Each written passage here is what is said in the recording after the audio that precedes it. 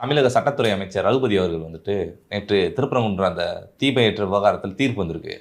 அந்த தீர்ப்பு சட்டவிரோதமானது, அதெல்லாம் நாங்கள் ஏற்றுக்க மாட்டோம், உச்சநீதிமன்றத்தில் போய் நாங்கள் மேல்முறையீடு பண்ணுவோம் அப்படின்னு சொல்லியிருக்காரு சார். அப்படி என்ன சார் சட்டவிரோதமான தீர்ப்பை கொடுத்துட்டாங்க? One of the beautiful judgements. ஓகேவா, ரொம்ப அழகாக இதுலேருந்து ரொம்ப ஒரு லெங்க்தி ஜட்ஜ்மெண்ட், 170 பக்கம். முக்கியமான போர்ஷன்ஸை மட்டும் சுட்டி காட்டுவது திமுக அரசின் முகத்திரையை கிழிக்கும் என்பதால் இதை விரிவாக சொல்கிறேன். நான் திருமூலரோட பாடலை கோட் பண்ணுறாங்க.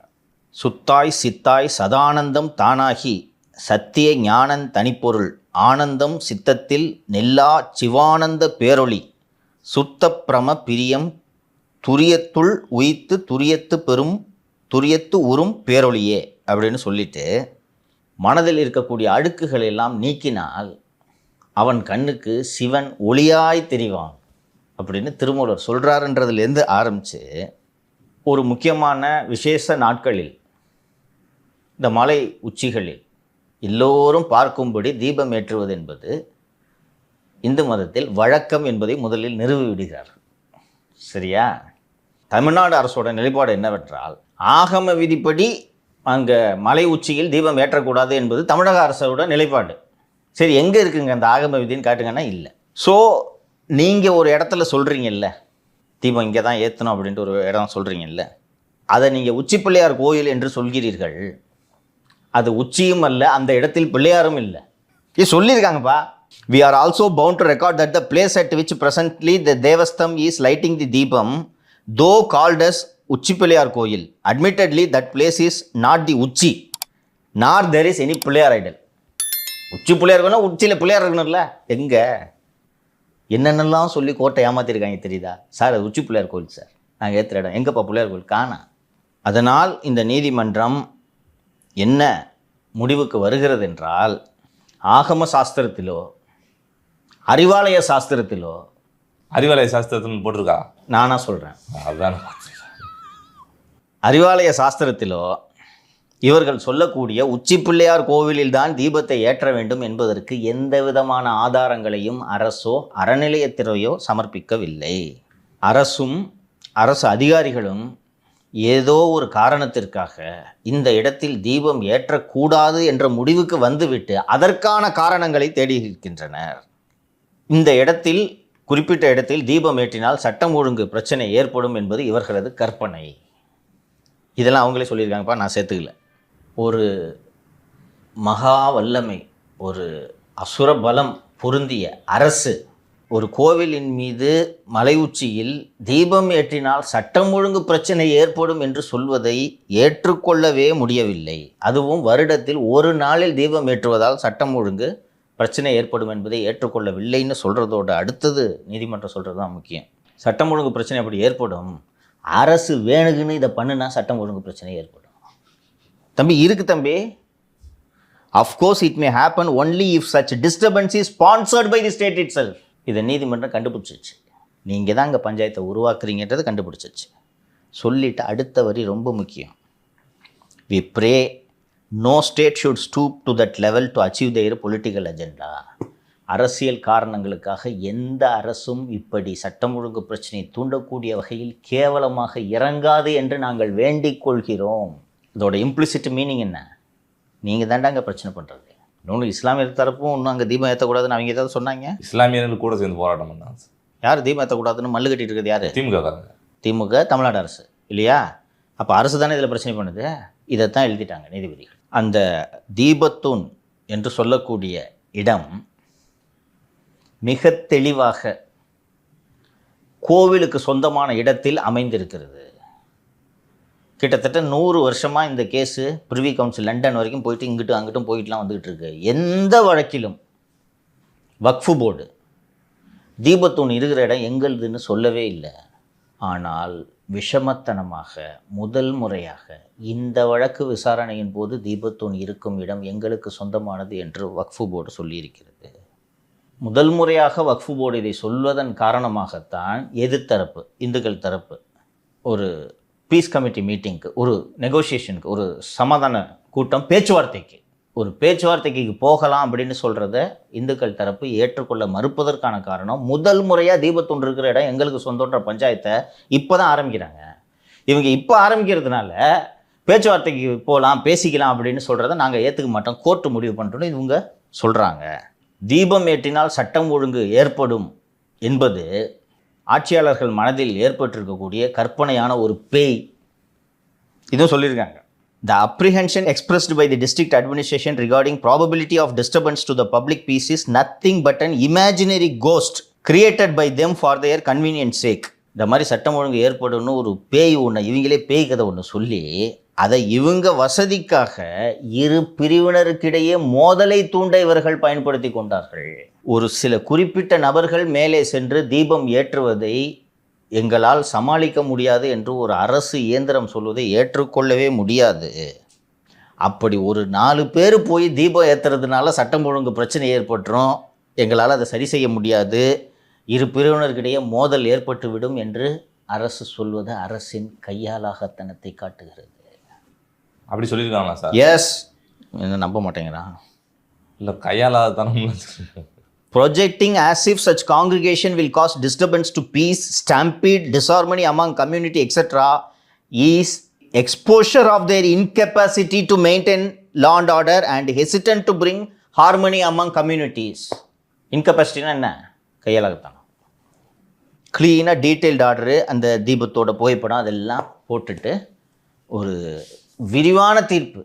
இதே சட்டவிரோதமான தீர்ப்பு. போதுமா? இப்போ இது கூடுதலாக சேர்த்து இதை பேசிடலாம். திமுகவுக்கு உண்மையிலே ஜெயிக்கணுன்ற ஐடியா இருக்குதா இல்லையான்றது எனக்கு தெரியல. தம்பி, இந்த தீர்ப்பு வந்துருச்சு, இந்த தீர்ப்பு எங்களுக்கு ஏற்புடையதல்ல, நாங்கள் மேல்முறையீடு செய்கிறோம். போதுமா? கரெக்டாக இவ்வளோ தானே பேசணும். எங்கள் சட்டத்துறை அமைச்சர். இன்னொன்று, அந்த பக்கம் உங்கள் எதிரி ஐயோ இந்துக்கள் மனதை புண்படுத்திட்டாங்க, ஐயோ இந்துக்கள் மனதை புண்படுத்திட்டாங்க, நீங்கள் புண்படுத்துறீங்க, அதுவும் உண்மை சொல்லிகிட்டு இருக்காங்க. நேற்று ஒரு பார்ட்டி சார் சாக்லேட் எடுத்துகிட்டு போய் அங்கே இருக்க போலீஸ்க்கெல்லாம் கொடுக்குறாங்க. கொடுத்துட்டு தீபம் ஏற்றணும் அதுதான் என் ஆசைன்றாங்க. அவங்க சங்கியா இல்லை அவங்க இந்து அமைப்பை சேர்ந்தவங்களா?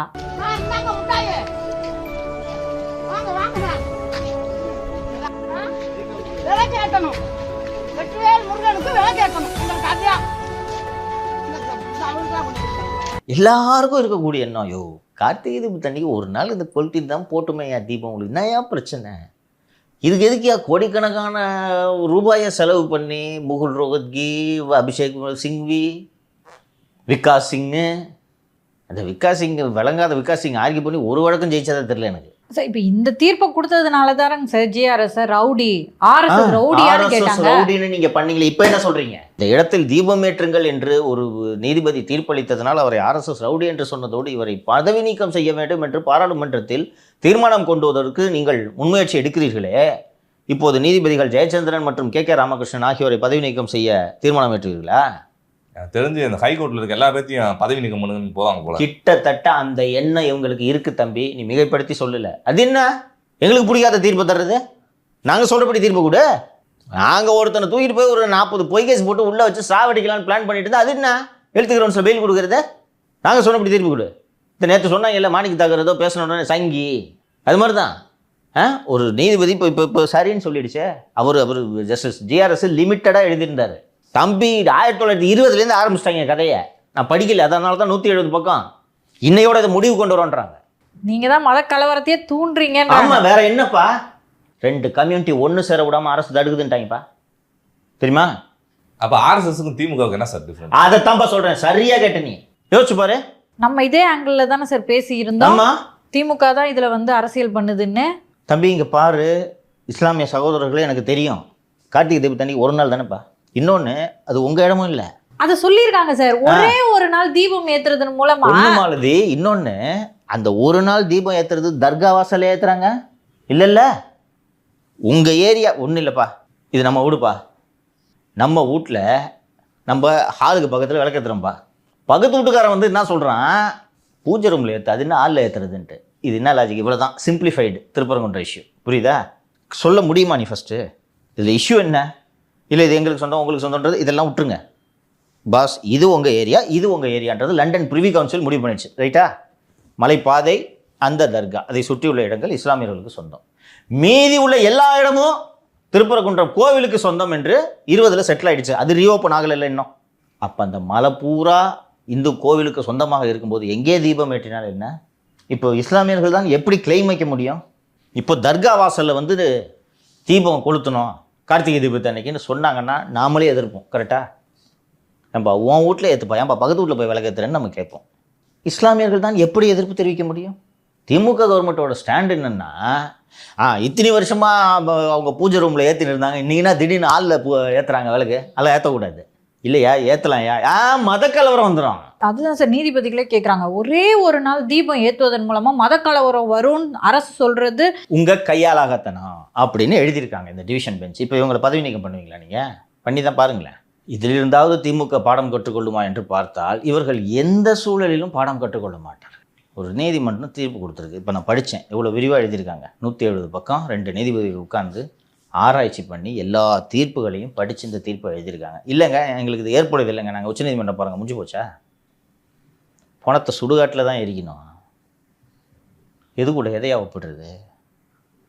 ஒரு அமைச்சர் பேசுகிற பேச்சா பார்த்து நாலாந்தர மேடை பேச்சாலும் கூட இப்படி பேச மாட்டான்ப்பா. யாருமே பேச மாட்டாங்கப்பா அப்படி. உங்களுக்கு கடவுள் நம்பிக்கை இல்லை உங்கள் கட்சி கொள்கைப்படி. கரெக்டாக? இல்லை கும்பிட்றவன் எங்கிட்டாவது கும்பிட்டுட்டு போகிறான். உங்களுக்கு என்னடா வந்துச்சு? நீங்கள் ஏன் அதில் தலையிடுறீங்க? நீங்கள் ஆகம விதிகளை நம்புகிறீர்களா? நான் கேட்குறேன். உங்கள் கட்சி தான் சனாதனத்தை எதோடலாம் ஒப்பிட்டீங்க. நீங்கள் ஆகம விதிகள் சனாதனம் இதெல்லாம் உங்களுக்கு ஆகாது. ரைட்டா? அப்போ அவர்கள் எப்படி? இன்னொன்று, அரசு is suppose to B A மதச்சார்பற்ற அரசு. ரைட்டா? அப்போ மத விவகாரங்களில் நீங்கள் ஏன் மூக்கை நுழைக்கிறீர்கள்? உங்களுக்கு என்ன அருகதை இருக்குது? என்ன ரைட்ஸ் இருக்குது? எதற்காக இப்படி மூக்கை நுழைக்கிறீர்கள்? அதை பண்ணிவிட்டு தோத்துட்டீங்கன்னா உடனே சுடுகாட்டில் தான் பணத்தை எரிக்கணும், கண்ட இடத்துல எரிக்கக்கூடாதுன்னா. கார்த்திகை தீபத்தன்று மலை உச்சியில் தீபம் ஏற்றுவதும் பிணத்தை எரிப்பதும் ஒன்றா? ஒரு சாதாரணமாக பிஜேபியை பிடிக்காத ஒரு ஆளாக இருக்கக்கூடிய கடவுள் நம்பிக்கை உள்ள ஒரு ஆள் இதை எப்படி பார்ப்பார்? அறிவு இருக்கா? கார்த்திகை தீபத்தை போய் பணம் எரிக்கிறது கூட போய் பேசுகிறேன். அப்போ உங்களுக்கு எங்கேருந்து இந்த ஆணவம் வருது? எப்படி இருந்தாலும் இஸ்லாமிய தோழர்கள் உங்களுக்கு தானே வாக்களிக்க போகிறார்கள். நிதானத்தை இழக்கிறாங்க சார். இப்படி பார்த்தாலும் அங்கே தாம்மா இருக்குது. காங்கிரஸ் இருக்க இடத்துல தாம்மா அவங்க கூட தாம்மா இருக்காங்க. பிஜேபி இதை விரும்பும். எக்ஸாக்ட்லி. அப்பா அடி சரியான பாயிண்ட் மாட்டிக்கிச்சு. ரகுபதி செல்லாக்குட்டி அப்படின்வாங்க. சொல்லவே மாட்டாங்களா? நாம் ஒன்றும் இதெல்லாம் செல்ஃப் கோல். புரியுதா? இன்னும் இது போல் பல செல்ஃப் கோலை போடுவாங்க. ரைட்டா? அதனால் எல்லாம் நன்மைக்கு, அவ்வளோதான் சொல்லணும். இங்கே வந்து அமித்ஷா என்ன சொல்லிட்டு போனார்? இந்தியா ஃபுல்லாக இந்துக்கள் வந்து மன நிம்மதியோடு இருக்காங்க. அதை சொன்னதை உண்மையாக்குறாரு இருந்தாலும் தெரியுதா? அவர் ஏதோ அரசியலுக்காக பேசுனாருன்னு வச்சுக்கிட்டாலும் அது மாதிரி தானே பண்ணுறாரு. இது என்னையா வார்த்தை? உண்மையிலேயே இவங்க இங்கே நியூட்ரலாக இருக்க மக்கள் அத்தனை பேரும் பிஜேபி ஆதரவாளர்களாக மாற்ற தான் போகிறாங்க. அதான் நடக்க போகுது. பிஜேபிக்கு ஆதரவாக மாற்றலைனாலும் குறைஞ்சபட்சம் திமுகக்கு எதிராக மாறுவாங்க சார். அதைத்தாம்மா சொல்கிறேன் நான். இன்றைக்கி ஒரு அணிலெல்லாம் இருக்காங்க எதிர்க்க. அந்த அடிப்படையில் சொல்கிறேன். இந்த விஷயத்திலையும் மிக மிக அதிகமாக கோட்டை விட்டது யார் என்றால் தாவேக. ஏதாவது ஒரு சைடு எடுக்கணுமா இல்லையா? இல்லை நீங்கள் இவ்வளோ நாள் திமுக சைடு தான் எடுத்துக்கிட்டு இருந்தீங்க. இல்லைங்க அது இல்லைங்க அது இஸ்லாமியர்களுக்கும் சொந்தங்க, இந்துக்களுக்கும் சொந்தங்க அப்படின்னு உருட்டிகிட்டு இருந்தீங்க. லேட்டஸ் ரிமைன் சைலண்ட்டுங்க. நீங்கள் ஒரு தீர்ப்பு வந்துருச்சு. என்ன ஸ்டாண்ட் எடுக்க போகிறீங்க? இப்போ பாருங்கள், இதில் கருத்து தெரிவிக்கவில்லை. இந்து பண்டிகையை சுடுகாட்டில் பிணமெரிப்பதோடு ஒப்பிட்ட அமைச்சர் ரகுபதி பற்றி தாவேக்குவுக்கு என்ன நிலைப்பாடு? அவர்கள் அதை ஏற்றுக்கொள்கிறார்களா? இதுதான் நான் திரு விஜய் அவர்கள்கிட்ட நான் மீண்டும் மீண்டும் சுட்டி காட்டுவது. ஒரு கருத்து சொல்லணுமா இல்லையா? எவ்வளோ பெரிய இஷ்யூ இது, எவ்வளோ பியூட்டிஃபுல் ஜட்ஜ்மெண்ட் இது. இந்த தீர்ப்பை வரவேற்கிறேன். சொல்லாமா? ஐயோ அவங்க விட்டு போயிடும். இல்லை இந்த தீர்ப்புக்கு மேல்முறையீடு செய்யணும். ஐயோ இவங்க ஓட்டு போயிடும். கடைசியில் யார் ஓட்டும் இல்லை இருக்காது உங்களுக்கு. நீங்கள் வெறும் திரைப்பட நாயகனாக இருந்தால் விஜயோட கருத்து நட்டு யாரும் கேட்க போகிறதில்ல. எப்பெல்லாம் நீங்கள் வந்து நியூட்ரல் பொசிஷன் எடுக்கிறீங்களோ தீங்கின் பக்கம் நிற்கிறீங்கன்னு சொல்லுவாங்க. Absolutely it is right. It is right. உள்ளங்கை நெல்லிக்கனி போல தெரியுது திமுக தப்பு பண்ணுது அப்படின்னு. மாலதி, ஒரு முக்கியமான விஷயம். ஒரு எப்படி 4-5 கோடி செலவாயிருக்கும் இந்த கேஸுக்குப்பா. சிங்கிள் ஜட்ஜில் ஆரம்பித்து division bench, contempt, supreme court appeal எல்லாத்தையும் சேர்த்து ஒரு மினிமம் 5 கோடி என்னோடய அசஸ்மெண்ட்டு. இந்த 5 கோடி யார் காசு தெரியுமா? கோவில் காசு தெரியுமா? மதுரை மீனாட்சி அம்மன் காசு. இதில் மறுபடியும் சுப்ரீம் கோர்ட் வரப்போ. ஆமாம், உங்களுக்கு தான் கடவுள் நம்பிக்கை இல்லையே. கடவுள் காசு எதுக்கிட்ட எடுத்து செலவு பண்ணுறீங்க? அதுவும் எதுக்கு? கடவுளுக்கு எதிராக செயல்படுவதற்கு. கரெக்டா? தீர்ப்பில் முன்னாடி போர்ஷன்லாம் நான் படிக்கல. அதில் என்ன சொல்கிறாங்கன்னா, பக்தர்கள் முடிவு செய்ய வேண்டும். நீ முடிவு பண்ணாத. நீ வெறும் கார்டியன்னு ஓரமாக உட்காந்து ஒழுங்காக செலவு பண்ணான்னு பார்க்குறது தான் உன் வேலை. தேவஸ்தானம் தான் முடிவு பண்ணணும். பக்தர்களால் உருவானது தேவஸ்தானம். மலை உச்சியில் தீபம் ஏற்றணுன்றது பக்தர்களோட முடிவு, கோவிலின் முடிவு. நீ ஏன்ப்பா முடியாதுன்ற? அதுக்கு அவன் காசை எடுத்து அவன் தீபம் ஏற்றக்கூடாதுன்னு நீ சொல்கிறேன்னா எவ்வளோ பெரிய அயோக்கியத்தனம் அது. ஸோ விநாசகாலே விபரீத புத்தி, அவ்வளோதான் மாலதி சொல்ல முடியும். வேறு ஒன்றும் சொல்வதற்கு ஒன்றும் இல்லை. அதே மாதிரி தான் இந்த இந்து அறநிலைத்துறையும் ஏதோ அரசுக்கு சொந்தமானது மாதிரி நிர்வகிச்சுருக்காங்க சார். பண்ணிட்டு இருக்காங்களே. நம்ம விரிவாக பலமுறை பேசியிருக்கோம். ஒரு ரமேஷ் நம்ம நிகழ்ச்சியில் வந்து பேசியிருக்காரு, டிஆர் ரமேஷ். ஸோ இதற்கான விடை நிச்சயமாக அனுபவிப்பார்கள் அவர்கள். அதுக்கு மேல் சொல்வதற்கு ஒன்றுமில்லை. சரி சார், இந்த ஆர்ட்ஸ் பல நிகழ்வுகள் பேசினா தொடர்ந்து நாளை பேசுவோம் சார். நன்றி சார். நன்றி சார்.